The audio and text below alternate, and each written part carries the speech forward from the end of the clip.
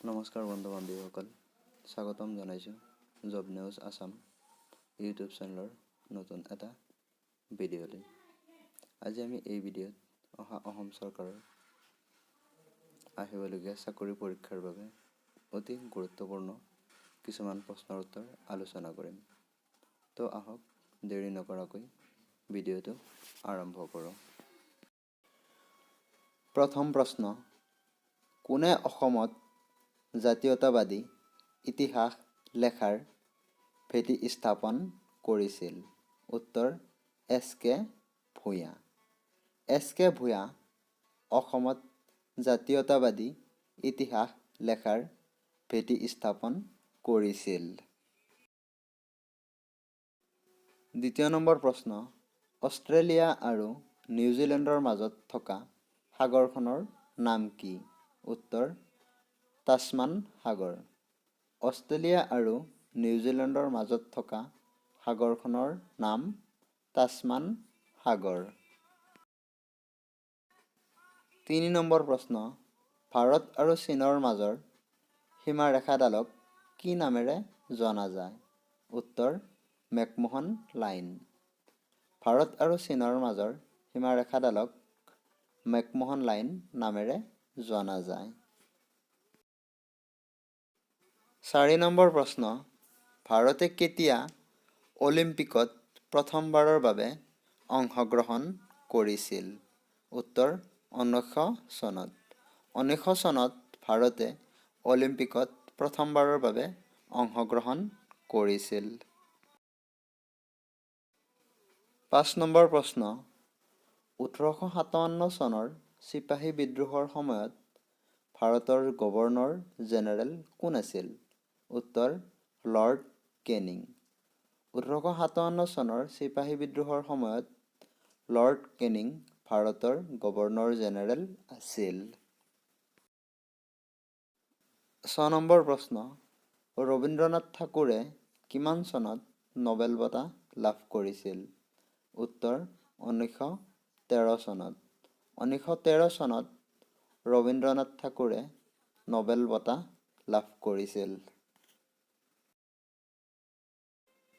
৭ number প্ৰশ্ন, সৰ্বভাৰতীয় সেৱাৰ বিষয়াসকলক কাৰ দ্বাৰা নিযুক্তি দিয়া হয়? উত্তৰ ৰাষ্ট্ৰপতি। সৰ্বভাৰতীয় সেৱাৰ বিষয়াসকলক ৰাষ্ট্ৰপতিৰ দ্বাৰা নিযুক্তি দিয়া হয়।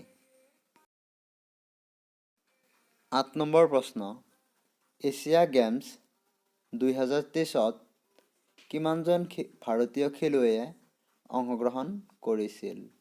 উত্তৰ ৬৫৫ জন। ৬৫৫ জন খেলুৱৈয়ে এছিয়া গেমছ ২০২৩ত অংশগ্ৰহণ কৰিছিল। ৯ নম্বৰ প্ৰশ্ন, কিমান চনত গুৱাহাটীৰ প্ৰথমখন শৰাইঘাট দলং নিৰ্মাণ কৰা হৈছিল? উত্তৰ ১৯৬২ চনত। ১৯৬২ চনত গুৱাহাটীৰ প্ৰথমখন শৰাইঘাট দলং নিৰ্মাণ কৰা হৈছিল। ২০১৯ চনৰ অসম পুলিচৰ SI পৰীক্ষাত এইটো প্ৰশ্ন আহিছিল।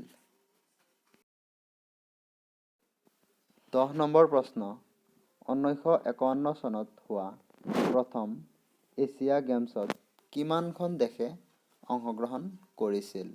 উত্তৰ ১১খন দেশে। ১৯৫১ চনত হোৱা প্ৰথম এছিয়া গেমছত ১১খন দেশে অংশগ্ৰহণ কৰিছিল। ১১ নম্বৰ প্ৰশ্ন, ক্ৰিকেট বিশ্বকাপ প্ৰতিযোগিতাত ভাৰতে পাকিস্তানক কিমানবাৰ পৰাস্ত কৰিছিল? এইটো প্ৰশ্নও ২০১৯ চনৰ অসম পুলিচৰ SI পৰীক্ষাত আহিছিল। উত্তৰ ৮ বাৰ। ৮ বাৰ ভাৰতে ক্ৰিকেট বিশ্বকাপ প্ৰতিযোগিতাত পাকিস্তানক হৰুৱাইছিল।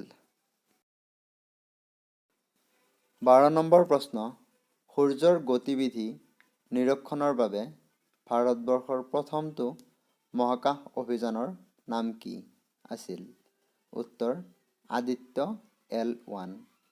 সূৰ্যৰ গতিবিধি নিৰীক্ষণৰ বাবে ভাৰতৰ প্ৰথমটো মহাকাশ অভিযান আছিল আদিত্য-L1।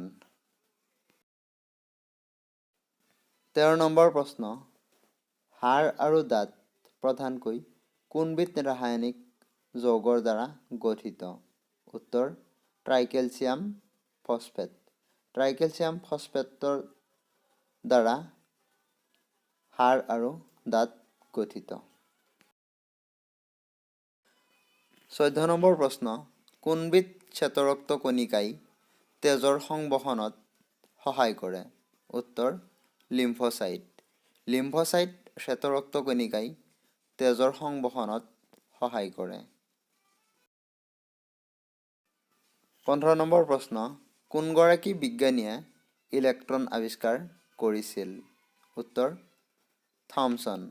বিজ্ঞানী থমছনে ইলেক্ট্ৰন আৱিষ্কাৰ কৰিছিল। এইকেইটা আছিল আজিৰ প্ৰশ্ন।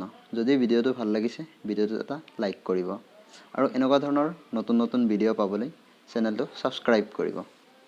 আৰু যদি কিবা ভুল হৈছে এই ভিডিঅ'ত কমেণ্ট কৰি শুধৰাই দিব। ভিডিঅ'টো শেষলৈ চোৱাৰ বাবে ধন্যবাদ।